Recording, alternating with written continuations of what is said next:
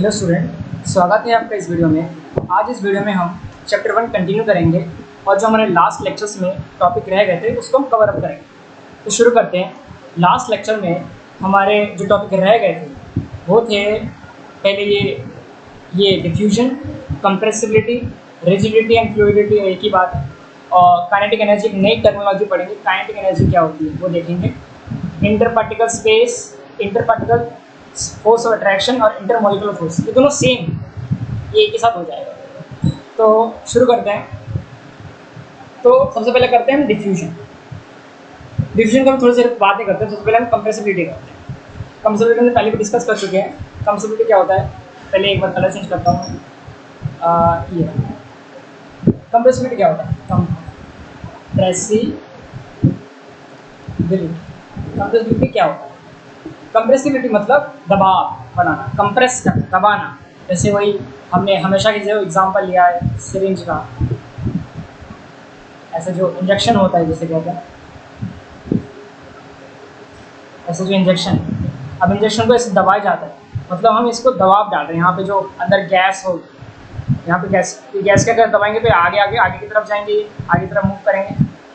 तो ये क्या हो रही है, कंप्रेसिबिलिटी हो रही है। तो अब ये हो गया पता चला कंप्रेसिबिलिटी क्या होती है। अब उनके कंपैरिजन पढ़ते हैं। क्या है कि जो सॉलिड में होती है वो कंप्रेस नहीं हो सकती। हमने पिछले भी प्रॉपर्टी से पढ़ा है कि सॉलिड कंप्रेस नहीं हो सकता, लिक्विड भी ऑलमोस्ट नहीं हो सकता, नेग्लिजिबल है। लेकिन गैस हो सकता है। जैसे गैस का सबसे एग्जाम्पल हम एलपीजी गैस लेते हैं। हमारे घर में जो गैस आती है जिससे हम खाना वगैरह बनाते हैं, पकाते हैं, तो वो कंप्रेस होती है। लिक्विड पेट्रोलियम गैस वो कंप्रेस की होती है। दूसरा है रिजिडिटी, फ्लूइडिटी। अब इसको देखते हैं, ये क्या है, रिजिडिटी या एंड फ्लूइडिटी। दोनों वैसे अलग अलग हैं लेकिन एक ही इसमें कह सकते हैं। रिजिडिटी का मतलब है सख्त, मतलब hard level, hard level, solid नहीं, हार्ड लेवल मतलब हार्ड, जो सख्त, जैसे पेड़, ये सब जो रिजिड है, ज़्यादातर ये सॉलिड ही होते हैं। सख्त जो हार्ड होते हैं उनको तोड़ना भारी पड़ता है। और फ्लूइडिटी जो बह सकते हैं, जो फ्लो कर सकते हैं आसानी से, वो फ्लूइड की टेंडेंसी होती है, मतलब वो फ्लूइड की प्रॉपर्टी होती है। तो जनरली सॉलिड फ्लूइड नहीं कर सकते, नॉन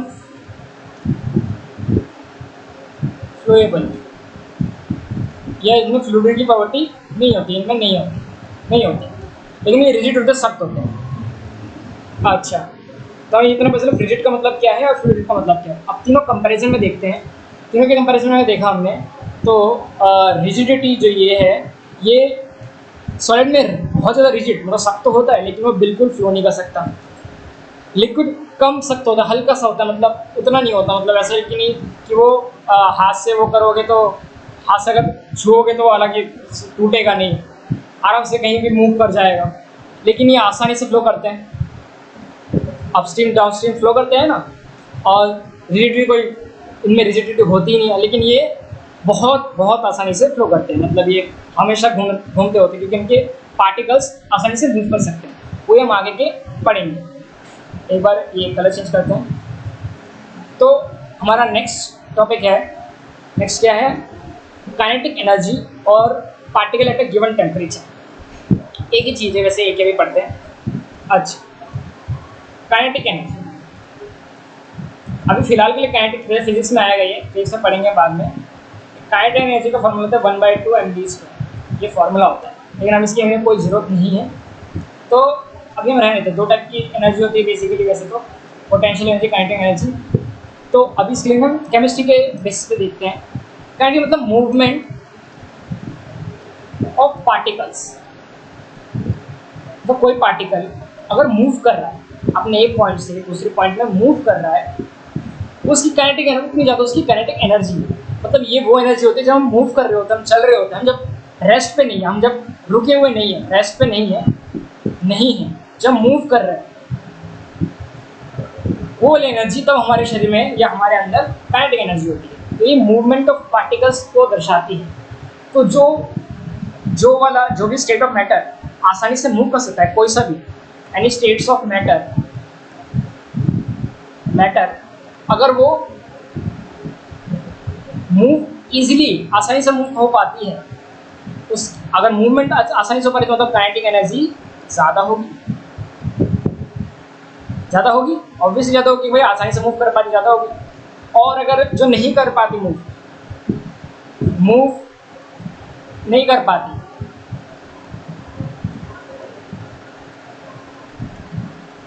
तो वो उनकी काइनेटिक एनर्जी शॉर्टकट में लिख देता हूँ के ई कम होगी। यही होगा, यही चीज़ है। अब सॉलिड, लिक्विड और गैस में हम कंपैरिजन में देखते हैं क्या है, देखते हैं। तो यहाँ देखा कहाँ गया, हाँ ये रहा, इसमें बहुत कम एनर्जी होती है क्योंकि सॉलिड मूव नहीं करते आसानी से, लेकिन इनकी लिक्विड्स की फ्लोइंग की टेंडेंसी होती है। तो अगर आपने कहीं पे पानी गिरा भी दिया तो मूव करते रहते हैं। अगर हम नॉर्मली अगर जनरल एग्जांपल देखें तो इससे ज़्यादा, सॉलिड से ज़्यादा इनकी एनर्जी होगी। और गैस तो हमेशा हर टाइम मूव करती रहती है क्योंकि उनके पार्टिकल्स में कोई बाउंडेशन नहीं होती। अब हमेशा मूव कर पा रही है आसानी से, तो सबसे ज़्यादा इनमें काइनेटिक एनर्जी होगी।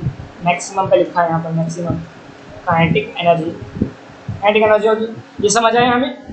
अब ये इंटर पार्टिकल स्पेस, इसको समझते हैं। ये हमने पीछे भी पढ़ रखा है, लेकिन थोड़ा सा और कंपैरिजन के बेसिस पे हम समझेंगे। अच्छा, इंटर पार्टिकल स्पेस, अगर बच्चों किसी को कहीं पे भी डाउट हो तो वो टाइम स्टैम्प डाल के जो भी डाउट है वो कमेंट बॉक्स में मेंशन करना, या तो उसकी सेपरेट वीडियो बन जाएगी या एक हमारा टेलीग्राम लिंक आने वाला है, उसी में मैं बता दूँगा, ठीक है। तो पढ़ते हैं हमारे नेक्स्ट टॉपिक पे, ये इंटर पार्टिकल स्पेस। अभी इंटर पार्टिकल स्पेस क्या है कि हमने शुरुआत में, अगर याद हो तो हमने पढ़ा था, सबकी अरेंजमेंट पढ़ी थी कि सॉलिड की अरेंजमेंट कैसे होती है मॉलिक्यूल्स की। सॉलिड की एकदम ऐसे, अगर वो सख्त है मतलब घिसबिज होगी, ये एकदम इनके मॉलिक्यूल्स, ये मॉलिक्यूल से याद हो तो मॉलिक्यूल्स ये एकदम लगे लगे हुए होंगे और ये रेगुलर अरेंजमेंट होंगे। अब ये रेगुलर क्यों बोला मैंने, रेगुलर क्यों बोला, रेगुलर में भी सॉलिड होता है, रेगुलर में भी सॉलिड होता है। अब वो क्यों बोला, अब पता चलेगा कि मैंने लास्ट लेक्चर में मेरा एक क्वेश्चन पूछा था मैंने कि क्ले, स्लाइम, फिर रबर बैंड और क्या था, स्पंज, इनके अगर fix shape and fix volume होती है, अगर होती है, और ये अगर प्रॉपर्टी है, ये होना ही होगा सॉलिड के लिए, तो स्पंज वगैरह ये सॉलिड हैं कि नहीं, क्योंकि इनकी तो शेप चेंज हो सकती है, तो शेप चेंज हो सकती है, फिक्स नहीं है, तो ये सॉलिड कहलाएंगे कि नहीं कहलाएंगे वो हम बाद में डिस्कस करेंगे।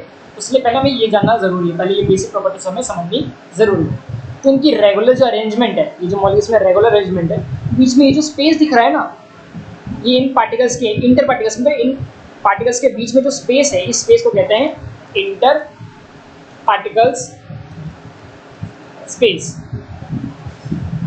या आसान भाषा में space between the particle, space between the particles. और चैप्टर के नोट्स भी आपको बहुत जल्द वीडियो के डिस्क्रिप्शन में मिल जाएंगे, तो वहाँ से आप डाउनलोड कर लेना PDF फॉर्म में। अच्छा ठीक, तो स्पेस बिटवीन द पार्टिकल्स, तो यहाँ के जो स्पेस है यही इंटर पार्टिकल स्पेस है। अब हमारा लास्ट प्रॉपर्टी रह गया, वो क्या है, इंटर मॉलिकुलर फोर्स और inter particle force of attraction. ये ऑलमोस्ट सेम ही, अभी क्या है वो देखते हैं। इंटर पार्टिकल फोर्स और इंटर मॉलिकुलर बोल लो या पार्टिकल बोल लो, फिलहाल अभी तो same he, molecular force of attraction, shortcut में लिखिए फोर्स ऑफ अट्रैक्शन, ठीक है। अच्छा, तो करते हैं अब इंटर पार्टिकल स्पेस क्या। हमने अभी थोड़ी देर पहले अरेंजमेंट देखा, सॉलिड का ही देखा था। तो इस सॉलिड के यहाँ पे जितनी भी ये जो पार्टिकल्स है ना, ये एक दूसरे को अट्रैक्ट करती है, इनकी अट्रैक्ट करने की टेंडेंसी होती है, मतलब हर एक पार्टिकल एक दूसरे को अट्रैक्ट करता है। आगे जब पढ़ोगे तो आगे पता चलेगा, आगे 11th-12th में साइंस में बताया हुआ है, पूरा डीप है। अभी हम बेसिक ही पढ़ेंगे, उतना आगे नहीं जाना। तो हर एक मॉलिक्यूल हर एक दूसरे मॉलिक्यूल को अट्रैक्ट करता है। ये वाला इसको अट्रैक्ट कर रहा है, ये वाला इसको भी कर रहा है, इसको भी कर रहा है, ये वाला, इन दोनों आपस में कर रहे हैं, अट्रैक्ट करते हैं। और जैसे आपने देखा होगा कोई मैग्नेट है, यहाँ पे भी एक मैग्नेट है, नॉर्थ बनाया साउथ बनाया, नॉर्थ बनाया साउथ बनाया, सेम सिंपल अलग बना, opposite charges attract each other. तो जितनी पास होंगे इनकी अट्रैक्शन पावर बढ़ती है, इंक्रीज हो जाती है अट्रैक्शन पावर बढ़ती है, और अगर दूर होंगे तो डिक्रीज होती रहती है। वैसे ही इनके मॉलिक्यूल्स आसपास हो तो अट्रैक्शन बहुत ज़्यादा होती है, मतलब ये इससे मूव होने नहीं देता, मतलब इसको आगे भागने नहीं देता, जाने नहीं देता। इसलिए जब पार्टिकल्स इतने पास से आते हैं ना, तो ये ऐसी रिजिड बॉडी फॉर्म करते हैं जिनको तोड़ पाना बहुत मुश्किल होता है। इसलिए सॉलिड ऑलमोस्ट मतलब आसानी से टूटते नहीं, नॉन ब्रेकेबल होते हैं, नॉन ब्रेकेबल। तो इनके जो इंटर पार्टिकल फोर्स है ये बहुत ज़्यादा होता है सॉलिड में। क्योंकि क्यों होता है? क्योंकि मैंने देखा इनके पार्टिकल्स बहुत ज़्यादा पास में होते हैं, एक दूसरे को अट्रैक्ट कर रहे होते हैं, क्योंकि इनकी प्रॉपर्टीज होती है पार्टिकल की कि ये हमेशा एक दूसरे को अट्रैक्ट करेंगे। हमने कैरेक्टरिस्टिक्स ऑफ मैटर में पढ़ा था कि हर एक पार्टिकल दूसरे को अट्रैक्ट करता है, उनमें स्पेस होता है, वो बहुत छोटे होते हैं और वो मूव कर सकते हैं बहुत आसानी से। हमने 4 कैरेक्टरिस्टिक्स पढ़े थे, तो वही है, वही 4 कैरेक्टरिस्टिक्स, वही 4 प्रॉपर्टीज़ इसमें हमने देखा। तो ये हो गया इंटर पार्टिकल्स फोर्स। हमें समझ क्या होता है। मॉलिक्यूलर फोर्स भी वही होता है सेम, कि ये वाला मॉलिक्यूल इसमें फोर्स लगा रहा है, कितना फोर्स अट्रैक्ट कर रहा है कि इस पास आ जाए, इसके पास आ जाए, ये inter molecular force of attraction. अब हम इनके कंपैरिजन में देखते हैं कि सॉलिड लिक्विड गैस में कंपैरिजन में क्या होता है। अच्छा देखते हैं। तो ये रहा inter particle force of attraction में सॉलिड का सबसे ज़्यादा होगा, हमने अभी देखा सबसे ज़्यादा होगा, लिक्विड का थोड़ा सा कम होगा और गैस का होगा ही। और क्यों नहीं होगा अभी ऐसे साइड में करके देखते हैं क्यों नहीं होगा। तो गैस के जो मॉलिक्यूल्स हैं दूर दूर है, बहुत दूर है, इस वाले को इससे कोई मतलब ही नहीं है। नहीं, अब ज़्यादा दूर है तो वो अट्रैक्शन भी उतनी नहीं है, अट्रैक्शन पावर भी कम हो गई, तो ये बहता जाता है। तो फोर्स ऑफ अट्रैक्शन भी घट गई, कम हो गई, तो इंटर पार्टिकल फोर्स भी कम हो गया। तो यही चीज़ था। आज सॉलिड में पास थे तो अट्रैक्शन ज़्यादा थी, तो यही चीज़ है। इसलिए यहाँ पे सबसे ज़्यादा वीक लिखा हुआ। ये इंटरमॉलिक्यूलर फोर्सेस में क्या रखा है? स्ट्रॉन्ग, जैसे इसमें very strong in for the constant particles in a fixed position. अब ये क्या है? अभी ये constant particles in fixed position मतलब क्या अभी पढ़ेंगे, अभी देखते हैं। इसमें भी स्ट्रॉन्ग है लेकिन नॉट इन फिक्स्ड पोजीशन, ये भी स्ट्रॉन्ग लगा रहा है। और एक्सट्रीमली लो और free to move random motion, ये तो हमने पता है कि रैंडम मोशन क्या है। अब इसकी ये जो लिखे हुए इनका मतलब क्या है, अभी ये देखते हैं। अच्छा देखो यहाँ पे ऐसे ये सॉलिड का बनाया मैंने, ठीक है, ध्यान से। ये सॉलिड का बनाया मैंने, ये सॉलिड की अरेंजमेंट। यहाँ बनाता हूँ मैं लिक्विड का, दूर दूर थोड़ा सा दूर है, गैप बढ़ गया, इंटर मॉलिक्यूलर स्पेस बढ़ गया, या स्पेस बिटवीन द पार्टिकल बढ़ गया, एक ही बात है। यहाँ पे बहुत ज़्यादा है, कभी कभी है ही नहीं, लिक्विड और गैस।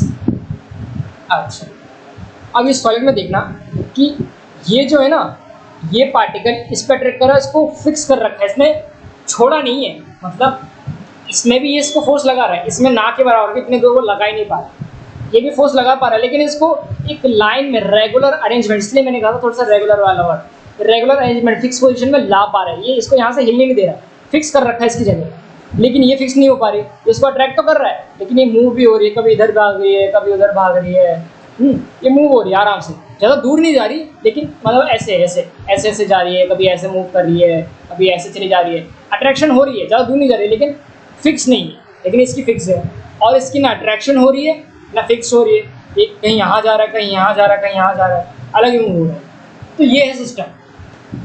तो सॉलिड में अट्रैक्शन होती है, स्ट्रांग होती है अट्रैक्शन, लेकिन फिक्स्ड होती है, फिक्स पोजीशन में होती है, इनके पार्टिकल्स फिक्स पोजीशन में अट्रैक्ट होते हैं।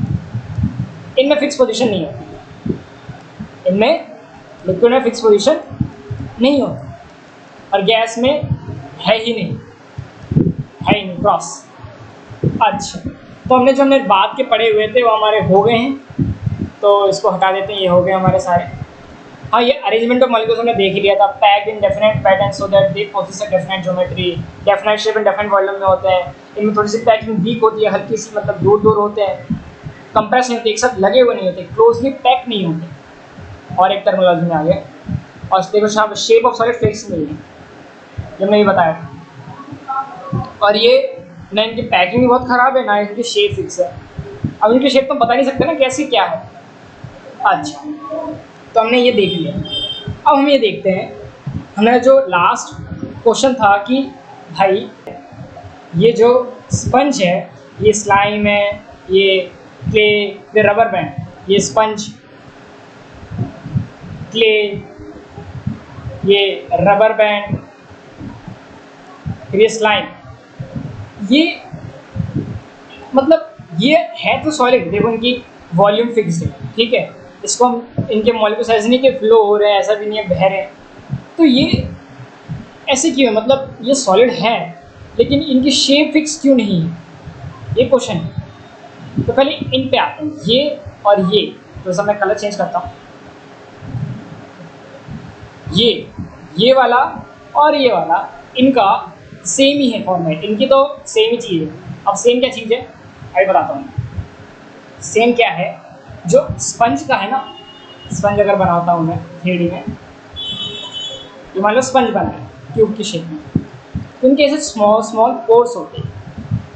ये जो स्पोर्स है ना, छेद छेद से होते हैं, जैसे स्क्रब बाइट देखा होगा, स्क्रब जिसमें बर्तन वगैरह धोते हैं जिस स्क्रब से, वो भी एक टाइप का स्पंजी है। स्पंजी है वैसे तो, एक टाइप का क्या स्पंजी है। तो उसमें इस पोर्स में क्या होता है कि ये ना इसमें हवा ट्रैप कर जाती है, मतलब हवा इसमें फिल हो जाती है, हवा भर जाती है। तो जब हम इसको दबाते हैं, जब इनके शेप चेंज करने की कोशिश करते हैं, तो ये क्या होता है, इसकी हवा निकलती है, इसकी हवा बाहर आ जाती है, एक्सपेल हो जाती है, एयर एक्सपेल हो जाती है, और ये श्रिंक होने लगता है, ये दबने लगता है, मतलब ये ऐसे पतला होने लगता है। ये है स्पंज का। सेम यही है क्ले का भी। क्ले में इससे भी छोटे पोर्स होते हैं, जिसमें हमें ज़्यादा प्रेशर डालना पड़ता है, क्ले में थोड़ा सा ज़्यादा ताकत लगानी पड़ती है। मैंने क्ले बनाया, रैंडमली क्ले बनाया, इसमें बहुत छोटे छोटे पोर्स हैं, बहुत छोटे छोटे होते हैं, तो हवा निकलने का बहुत छोटा रास्ता है। यहाँ तो बहुत बड़े बड़े थे, यहाँ बहुत छोटा रास्ता है। जैसे चीज़ में देखा होगा ना, ऐसे ऐसे चीज़ में देखते हैं, यहाँ पे यहाँ पे कहीं पे ऐसे ऐसे लगे होते हैं, यहाँ पे जैसे स्पोर्स होते हैं वैसे इसमें छोटे छोटे छोटे छोटे होते हैं। तो जब हम दबाते हैं तो इनकी यहाँ से ये इस यहाँ से हवा निकलने लगती है, इसलिए अपना शेप चेंज करते रहते हैं। हवा आती है और निकलती है, जैसे हमें लगता है कि ये शेप चेंज कर रही है, वो चेंज करती है हवा निकलने की वजह से, ट्रैप करती है और निकलती है। ये हमें समझ आया क्ले और स्पंज का। अब देखते हैं जो ये है स्लाइम और ये रबर बैंड। और ये रबर बैंड है, इसकी क्या है कि इसकी प्रॉपर्टी जिसे कहते हैं इलास्टिसिटी। ये आप 11th में पढ़ोगे, इलास्टिसिटी की प्रॉपर्टी पूरी क्या होती है। कुछ कुछ मैटर ऐसे होते हैं जिनके ये जो इलेक्ट्रिसिटी प्रॉपर्टी है ये शो होती है जब हम किसी को हाई टेम्परेचर देते हैं। जैसे कि इसमें अगर हाई टेम्परेचर देते हैं तो जो बाकी जितने मैटर थे ना हमारे, उनकी सॉलिड और फिक्स, मतलब fix shape and fix volume, fix shape solid में फिक्स शेप और फिक्स वॉल्यूम जो प्रॉपर्टी थी, ये टेम्परेचर और वहाँ के बाहर कितने भी रेस्ट्रिक्शंस है, जैसे हवा कैसी है, एटमॉस्फेरिक प्रेशर कैसा है, उन सब पे डिपेंड करती है टेम्परेचर कैसा है।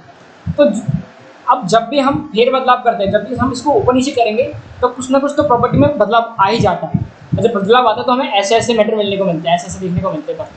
ये जैसे लास्ट ये इसका टेम्परेचर, और ये क्या कहते हैं, इसका अगर आप आइस में रखोगे, बहुत लो टेम्परेचर में रखोगे तो ये इलास्टिसिटी वाली टेंडेंसी इसकी खो जाएगी, लेकिन नॉर्मल रूम टेम्परेचर पे इसकी इलास्टिसिटी प्रॉपर्टी आ जाती है। मतलब इस टेम्परेचर पे ये इसकी प्रॉपर्टी बाकी शेप्स की, बाकी सॉलिड्स की नहीं होती, तो ये इसकी है। और स्लाइम का क्या है, ये एक दुनिया में मान लो ऐसा मैटर है जो सॉलिड भी है और लिक्विड भी है, सॉलिड लिक्विड दोनों ही है। इस टाइप के मैटर को कहते हैं न्यूटोनियन सॉलिड। ये न्यूटोनियन मैटर, ये आप डाल सकते हो जैसे ये एक्स्ट्रा था। वैसे बहुत लोग क्वेश्चन पूछते हैं कि स्लाइम मैटर है कि नहीं, बहुत लोगों का सवाल था। बहुत लोग रिसर्च भी कर रहे हैं इस चीज़ पे, तो पता चला कि ये न्यूटोनियन को नाम दिया गया, न्यूटोनियन मैटर स्लाइम, मतलब सॉलिड और लिक्विड के बीच का, जो सॉलिड की प्रॉपर्टी भी शो करे और लिक्विड भी। ऐसे मेटल्स नॉन मेटल्स भी होते हैं जो दोनों की प्रॉपर्टी शो करते हैं, उनको सेमी मेटल बोलते हैं या मेटलॉइड्स बोलते हैं। वो आगे पढ़ेंगे, हमारे आगे के चैप्टर्स में आ जाएंगे। अच्छा, तो यहाँ तक हमने हमारा लास्ट जो क्वेश्चन था हमने वो क्लियर कर लिया। अब देखते हैं हमारा नेक्स्ट क्या है। नेक्स्ट टॉपिक देखते हैं, ये हो गया था why solid liquids and guys have different properties. अच्छा, इनकी इतनी प्रॉपर्टीज क्यों होती है, तो देखते हैं। सबसे पहला रीज़न है, हमें देखो भाई सॉलिड है, लिक्विड है, गैसेस है, अगर ये तीनों ही मैटर हैं, ये हमने शुरू से हम क्वेश्चन पूछते आ रहे हैं, हमने प्रॉपर्टीज ही पढ़ ली थी सारी, तो थोड़ा बहुत तो समझ आ ही गया होगा कि ये अलग अलग क्यों हैं। लेकिन ये बेसिक तीन चीज़ पे खड़े हैं कि अलग अलग है, बेस तीन प्रॉपर्टीज हैं कि ये तीनों अलग क्यों हैं। पहला है कि the space between the particles, जो हमने थोड़ी देर पहले ही पढ़ा, थोड़ा चलो दोबारा पढ़ ही लेते हैं। दूसरा है, दोबारा पढ़ेंगे अभी, द फोर्स ऑफ, एक minute, the force of attraction, the force of attraction between particles. और तीसरी प्रॉपर्टी है हमारी द मूवमेंट ऑफ पार्टिकल्स और काइनेटिक एनर्जी, जो हमने अभी अभी पढ़ा है कि नहीं? हाँ, पढ़ा था अभी। या काइनेटिक एनर्जी कितनी किसकी है, मतलब वो है कि तुम्हारी ताकत कितनी है, वही पूछ रहा है। तो पहला है ये स्पेस बिटवीन द पार्टिकल, मतलब जिसकी ज़्यादा स्पेस, इसमें जिसका ज़्यादा स्पेस है उतनी आसानी से मूव कर सकता है।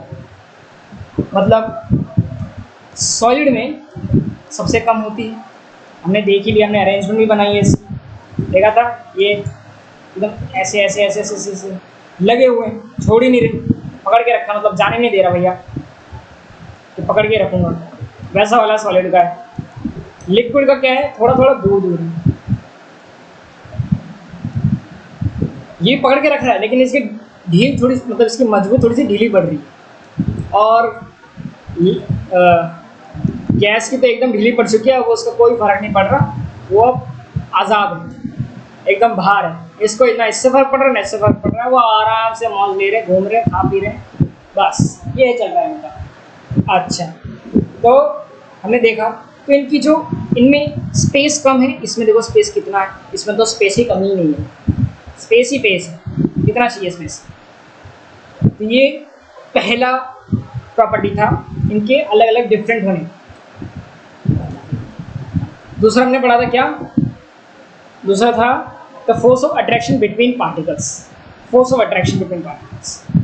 अब ये भी हमने देखा था कि हर एक पार्टिकल दूसरे पार्टिकल को अट्रैक्ट करता है, ठीक है। अब सॉलिड वाला जोर ज़्यादा लगा रहा है और इतनी ज़्यादा लगा रहा है कि फिक्स पोजीशन में पास है, पास होंगे तो अट्रैक्शन ज़्यादा होगी, ऑब्वियस सी बात, जैसे हमने मैग्नेट का एग्जांपल लिया था।